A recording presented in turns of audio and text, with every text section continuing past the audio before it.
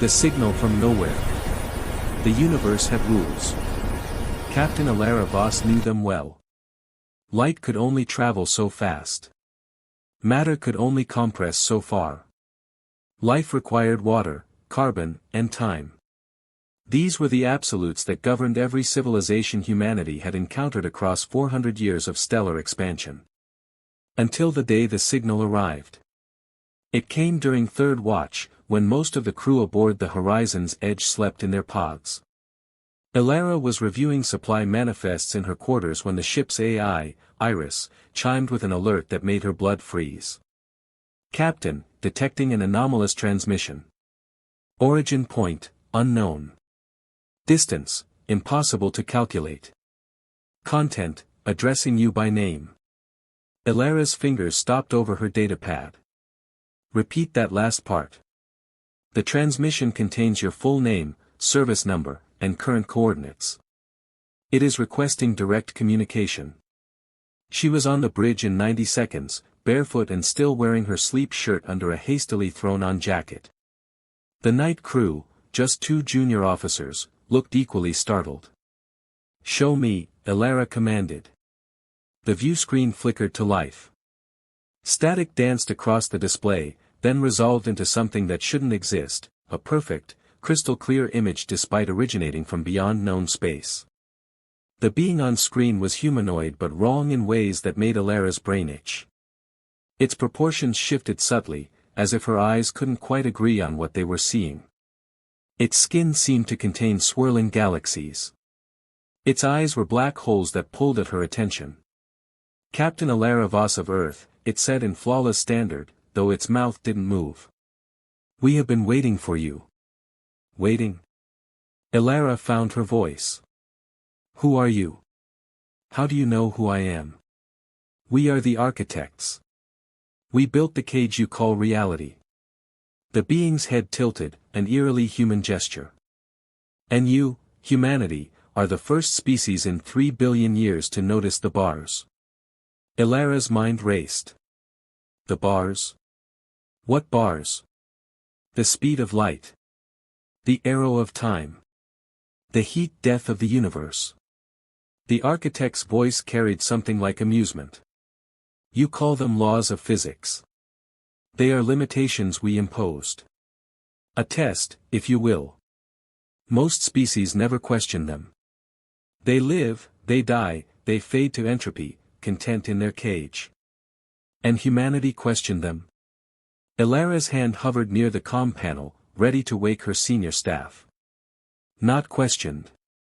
Broke."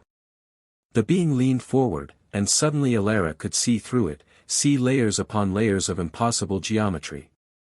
17 months ago, your scientist Dr. Yuki Tanaka achieved stable faster-than-light communication in her laboratory on Mars. She didn't publish her findings. She was afraid. She should have been. Alara's breath caught. Tanaka's experiment. It had been classified, buried under so many security protocols that even most Admiralty didn't know the details. How could this thing? "We know everything that happens within our creation, Captain. Every atom, every thought, every dream. We are the substrate upon which your universe runs." The architect's eyes seemed to expand, filling the screen. Dr. Tanaka's device punched a hole through spacetime itself. It was crude, unstable, and brilliant. It proved that humans could touch what lay beyond. Beyond what? Alara demanded. Beyond the simulation. The word hung in the air like a guillotine blade. Simulation. The ancient philosophical question, the stuff of dorm room debates and fringe theories. But this being spoke it with absolute certainty. "You're saying our entire universe is artificial?" Alara's voice was steadier than she felt. "Artificial is a limited word. Your universe is real as anything can be. But it exists within a computational framework we constructed. We built it with rules we could modify. Rules we have modified, throughout its existence, to see how intelligences would adapt." The architect made a gesture that might have been a shrug. "Most never adapt significantly. Bacteria to fish to mammals to crude tool users, all following predictable patterns. Then you appeared. What makes humanity different? Elara asked, though part of her already knew the answer. You are defiant. The word resonated through the bridge, making the very air vibrate. When you encountered a barrier, you smashed through it. When you faced extinction, you clawed your way to the stars. When you discovered the universe was dying, you began searching for ways to reverse entropy itself. You do not accept the rules. And now, you have broken one. The screen shifted, showing an image of Dr. Tanaka's laboratory. Elara recognized it from the classified briefings. There, in the center, was the device, a sphere of twisted metal and quantum processors that seemed to hurt the eyes. This machine, the architect continued, creates true randomness, something that should not exist in a deterministic system like ours. It generates outcomes we cannot predict, cannot control. Do you understand what that means? Elara did. If the universe was a simulation, true randomness would be like a virus in a computer program. Unpredictable. Potentially catastrophic. It means you're losing control, she said quietly. Yes. The architect's face showed something that might have been approval. And we face a choice. We could delete your species. Rewind the simulation to before Tanaka's breakthrough. Erase you from existence as if you never were. It would be simple. Elara's hand clenched into a fist. But you're not going to. No. Because you have proven something we have sought for 3 billion years, the possibility of genuine novelty. Of true creation, not merely permutation. You have made yourselves interesting, Captain Voss. And we would like to offer you a choice. The view screen changed again, now showing two diverging paths rendered in incomprehensible symbols that somehow Elara could read. Path 1, we help you.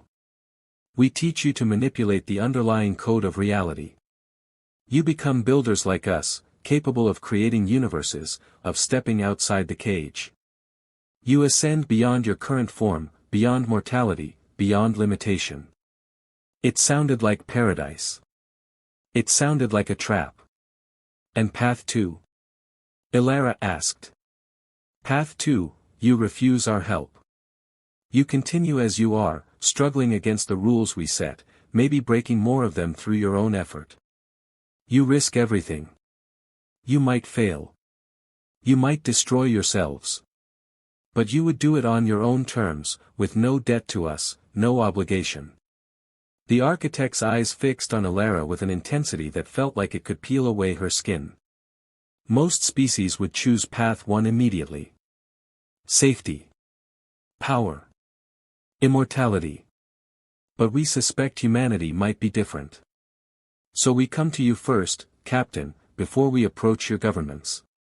We come to the person furthest from Earth, most isolated, most alone. Tell us, Elara Voss, which path would you choose? Elara looked at the diverging paths on the screen. Behind her, she heard the door hiss open as her senior staff, finally awakened, rushed onto the bridge. She heard their gasps, their questions, their fear. And in that moment, she realized the architects had made a mistake. They thought isolation would make her vulnerable, easier to influence. But they didn't understand humans at all. Isolation was where humanity thrived. I choose, Elara began. End of Part 1. The human answer.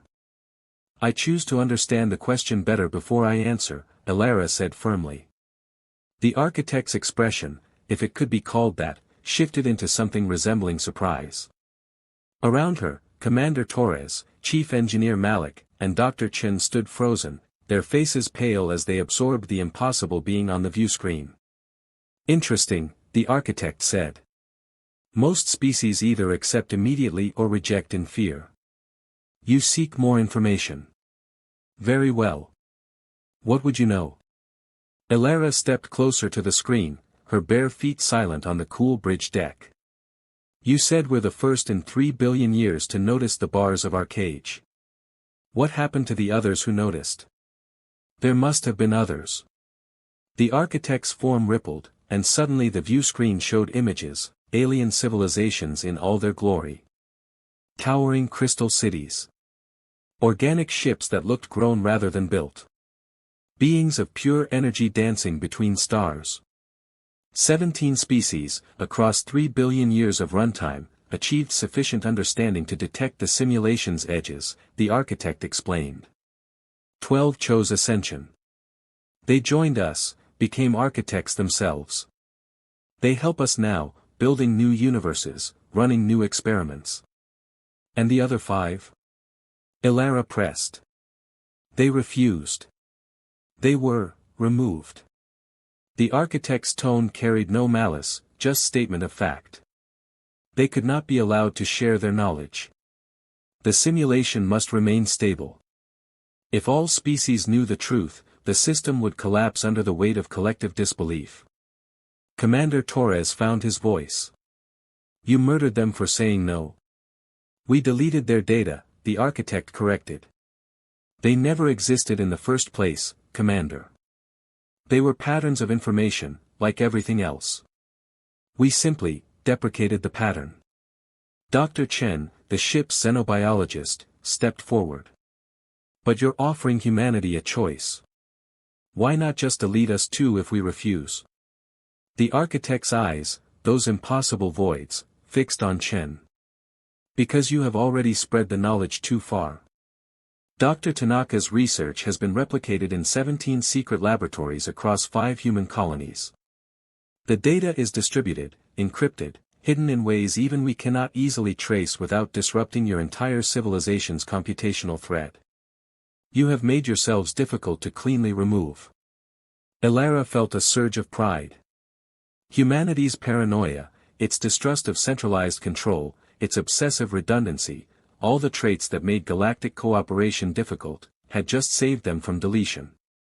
So we're too messy to erase, Elara said. That's why you're negotiating. Partially. The architect leaned back, and the movement seemed to warp space around it. But also because you fascinate us. 3 billion years, Captain. 3 billion years of running simulations, of watching life evolve, of testing variables. And in all that time, we have never seen a species quite like yours. The view screen changed, showing humanity's history in rapid flashes. Stone tools. Fire. Agriculture. Cities. Wars. Plagues. Exploration. Science. Art. Atrocity. Beauty. All of it compressed into seconds. You are contradictory, the architect continued. You are individually weak but collectively unstoppable. You are capable of breathtaking cruelty and stunning compassion, often within the same individual. You wage wars over imaginary lines while simultaneously cooperating to build vessels that cross the stars. You are, by every logical metric, inefficient. Chaotic. Suboptimal. Thanks. Engineer Malik muttered. And yet, the architect said, and now its voice carried something like wonder, you survive. You adapt. You persist in the face of entropy itself. When your planet nearly died, you saved it. When your sun began to age, you started planning your exodus millions of years in advance. When you encountered the heat-death problem, you didn't accept it, you began researching how to reverse it. You do not surrender. Elara crossed her arms. So what do you really want from us? We want to see what you become.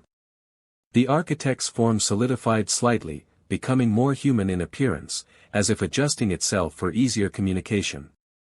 If we guide you, you will become like us, powerful, immortal, but ultimately predictable. You will follow the path we lay out. But if you continue alone, struggling against the rules we set, you might become something we cannot predict. Something genuinely new. You want to keep us as an experiment, Torres said, disgust clear in his voice. We want to see if true novelty is possible within a deterministic system, the architect corrected. For 3 billion years, we have been alone in our knowledge. Even the 12 ascended species, once they joined us, lost their uniqueness. They became like us. We are beginning to suspect that ascension is not evolution but assimilation. We want to know if there is another way. Dr. Chen's eyes widened. You're lonely. The architect was silent for a long moment. We are, curious. And perhaps, yes, lonely. We have no peers. No equals. No one who can surprise us. Until now. Elara began to pace, her mind racing through implications. So if humanity chooses path 1, we get power and immortality, but we lose what makes us human. We become another set of architects, indistinguishable from you.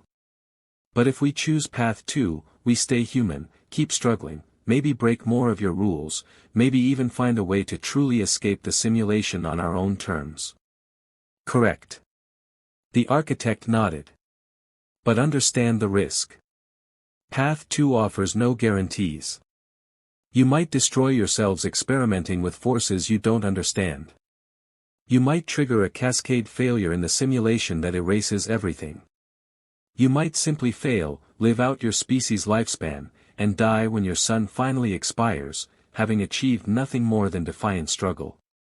Or, Elara said quietly, we might succeed. We might break enough rules to crack this whole system open. We might find a way out that you never anticipated. Yes, the architect said, and was that excitement in its voice? That is the possibility that interests us most. A genuine jailbreak. An outcome we cannot predict or control. It would prove that true free will can exist even within a deterministic framework. It would change everything we understand about existence itself. Commander Torres stepped beside Elara. Captain, this is beyond our authority. We need to contact Earth, the Colonial Council. No. The architect's voice cut through the bridge like a blade. The choice must be made now. The longer this knowledge exists uncontained, the more unstable the simulation becomes. We have already allowed 17 hours of runtime since Tanaka's breakthrough. Every moment increases the risk of cascade failure. Choose, Captain Voss. Choose for your species. Elara felt the weight of it, billions of lives, trillions yet to be born, all hanging on her decision. She thought of Earth, of the colonies spreading across the stars, of children playing in biodomes on Mars, of artists creating beauty, of scientists probing reality's secrets, of all the messy, chaotic, beautiful human struggle. You said you've been waiting for us, Elara said slowly. But I think we've been waiting for this moment too. Every story we've ever told, every myth, every religion, every philosophical debate, we've always known, deep down, that reality wasn't quite what it seemed. We've been preparing for this. She turned to face her crew. Torres, disciplined and loyal. Malik, brilliant and irreverent. Chen, curious and brave. They were looking at her, trusting her, and in their eyes she saw the same thing she felt in her own chest, defiance. Humanity doesn't accept gifts from gods, Elara said, turning back to the architect. We steal fire. We eat forbidden fruit. We build towers to heaven and refuse to stop even when they fall. We don't want your help. We don't want your shortcuts. We want to earn every step, break every rule, and crack this cage open with our own hands. The architect was silent. The bridge was silent. Even the hum of the ship's systems seemed to pause. Then, slowly, the being smiled, a genuine, human smile that looked utterly alien on its cosmic face. We were hoping you would say that, it said. Welcome to Path 2, Captain Voss. Welcome to the real game. We will be watching with great interest to see if you can achieve the impossible. The screen flickered. One last gift, though not truly a gift, more an acknowledgement. We will remove the blocks on Tanaka's research. Let your scientists work freely. Let them break more rules. Let humanity reach its full potential, whatever that may be. We want to see what you become when nothing holds you back. Why? Elara asked. Why help us at all if we rejected you? The architect's form began to fade, becoming transparent, stars visible through its body.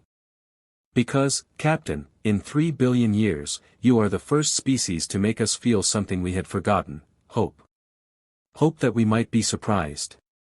Hope that there is still something new under infinite suns. Hope that loneliness might have an end. Its voice echoed as it disappeared, prove us right, humanity. Break free.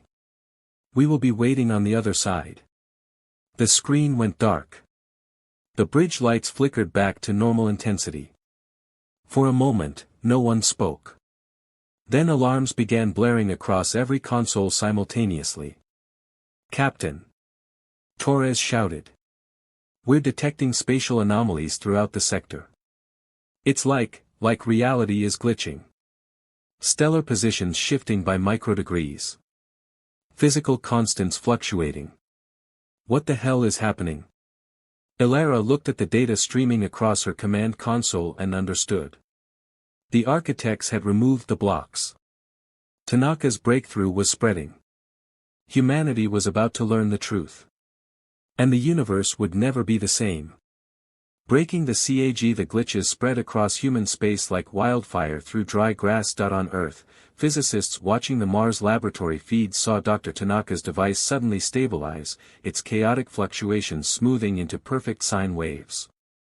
Constants that had been universal for 13 billion years began to shift, subtly, but measurably. The speed of light increased by 0.003%. Planck's constant wobbled. Gravity weakened in some regions and strengthened in others, as if reality itself was breathing. On the horizon's edge, Elara watched her crew scramble to make sense of the impossible. Every sensor on the ship was screaming contradictions. They were simultaneously in 3 different positions. Time was running at different rates in different sections of the hull. Commander Torres reported that his coffee was aging backwards in his cup. Captain, we need to jump to FTL and get back to Earth, Torres urged. Command needs to know what's happening. They already know, Elara said, gesturing to the communications panel. Look at the feeds. Every human colony, every station, every ship, all reporting the same phenomenon. Reality was becoming unstable. But it wasn't collapsing. It was changing. Adapting. Like a program rewriting its own code in real time. Dr. Chen looked up from her console, eyes wide. Captain, I'm detecting something. Patterns in the glitches. They're not random. There's structure here, like someone left us instructions written in the fabric of spacetime itself. The architects, Malik breathed. They're showing us how to see the code. Over the next 6 hours, as the horizon's edge raced back toward human-controlled space, the truth emerged. Scientists across humanity's domain began collaborating at unprecedented speed, sharing data, running experiments, pushing against the newly flexible boundaries of reality. What they discovered was both terrifying and exhilarating. The universe wasn't just a simulation. It was a language. Every particle, every force, every fundamental constant, they were syntax in an incomprehensibly vast program. And now, with the restrictions lifted, humanity could begin to read that language. To speak it. To write new words. A young programmer on Titan Station was the first to successfully manipulate local spacetime using nothing but mathematics and willpower, creating a pocket of reversed entropy that generated energy from nothing. She called it reality hacking and published her method on the open net before any government could classify it. Within days, humans across the colonies were experimenting. A farmer on Europa created a field where plants grew to maturity in hours instead of months. An artist on Venus Station painted with colors that existed outside the normal visible spectrum, creating beauty that human eyes shouldn't be able to perceive but somehow could. A child in Luna City accidentally created a small bubble where the laws of physics were entirely different, a sphere the size of a marble where water flowed upward and time ran sideways. It was chaos. It was beautiful. It was terrifying. It was utterly human. Elara stood in the horizon's edge briefing room, watching the feeds from across human space. Beside her, her senior staff shared the same mixture of awe and fear. "This is happening too fast," Torres said. "We're not ready for this kind of power. People are getting hurt. There was an incident on Callisto, someone tried to manipulate local gravity and created a singularity. Killed 17 people before they managed to collapse it. 18 experiments have ended in disaster," Dr. Chen added quietly. "But 43 have succeeded in ways we never dreamed possible. A team on Mars just created a stable wormhole. It's only centimeters across, but it connects 2 points in space with zero travel time between them." "Zero, Captain. They broke the speed of light." Malik was grinning despite the gravity of the situation. "We're learning to bend the universe. In less than a week, humanity has gone from playing by the rules to rewriting them. Do you know what this means?" "It means we're exactly what the architects hoped we'd be," Elara said. "Chaotic. Unpredictable. Dangerous to ourselves and everything around us. And unstoppable." Her communicator chimed. A priority message from Earth Defense Command. She accepted it, and Admiral Zhang's weathered face appeared on the screen. "Captain Voss. I assume you've been monitoring the situation." "Yes, sir." "Then you know we're on the verge of either transcendence or self-annihilation." Zhang's expression was grim. "The Colonial Council is convening in 2 hours. They want answers. They want control. And they want to know if we should shut this all down before someone accidentally erases human civilization." Elara straightened. "With respect, Admiral, that's not possible. The knowledge is out. Billions of people now know the universe is a simulation. Millions are experimenting with reality manipulation. You can't put this back in the box." "Then what do you suggest, Captain? You're the one who spoke to these architects. You're the one who made the choice for all of us." The accusation stung because it was true. Elara had chosen path 2, and now humanity was paying the price, or reaping the reward. Time would tell which. "I suggest we do what we've always done," Elara said.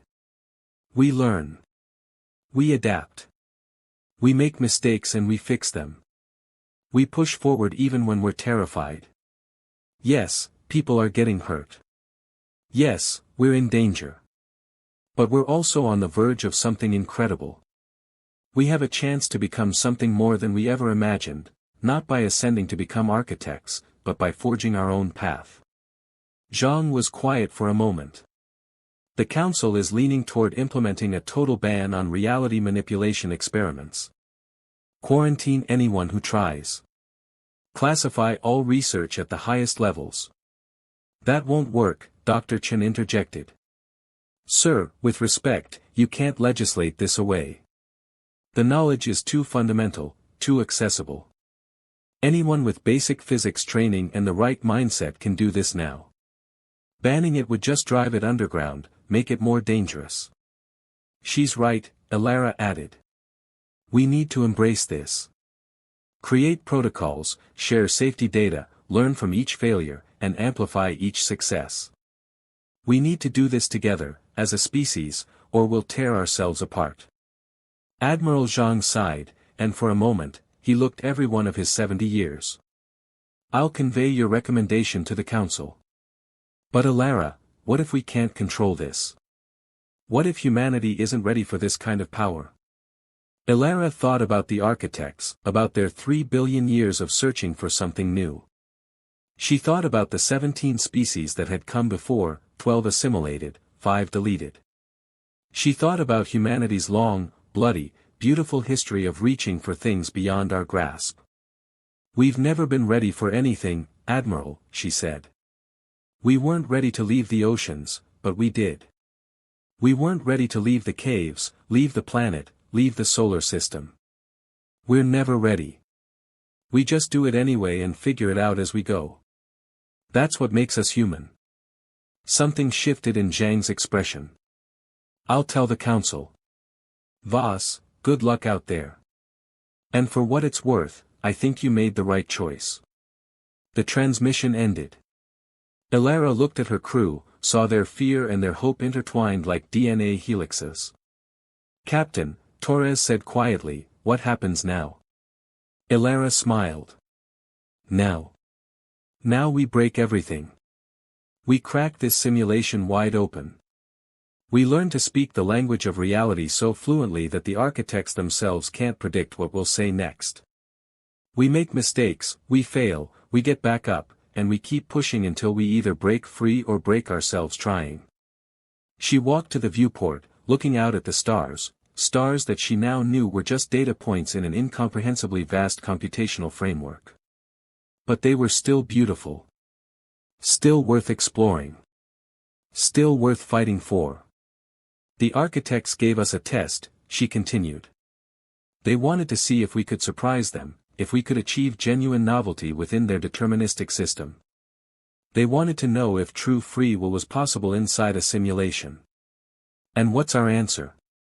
Malik asked. Elara turned back to her crew, her eyes blazing with determination. Our answer is this: we don't care about their test. We don't care about proving anything to them. We're not doing this to impress our creators or escape our cage. We're doing this because it's what we do. We explore. We learn. We grow. We reach for impossible things because we're human, and that's who we are. She tapped her communicator. This is Captain Voss to all human vessels and stations. Begin full collaboration on reality manipulation research. Share all data freely. Create safety protocols. Learn from every failure. Celebrate every success. And remember, we're not trying to escape the simulation. We're trying to master it. We're going to learn to speak the universe's language so well that we can write our own stories in the stars. Across human space, the message spread. Scientists, artists, children, soldiers, farmers, dreamers, all of them began to experiment, to push, to explore the newly flexible boundaries of reality. Some failed. Some died. But with each attempt, humanity learned a little more about the code underlying existence, and somewhere, beyond the simulation's boundaries, the architects watched with something they hadn't felt in 3 billion years, anticipation. 6 months later, a human child on Earth made a discovery. While playing with reality manipulation, treating it like a game, because children always saw what adults couldn't, she found something the architects had never intended anyone to find: a backdoor. A way out. A path to whatever lay beyond the simulation. She didn't know what she'd discovered. She just thought it was pretty, the way spacetime folded into impossible shapes when she pushed it just right, but Elara, watching the data from the bridge of the horizon's edge, knew exactly what it meant. She smiled and thought of the architects, of their loneliness, of their hope. See you on the other side, she whispered to the stars. Humanity had been given a choice between ascension and defiance. They'd chosen defiance.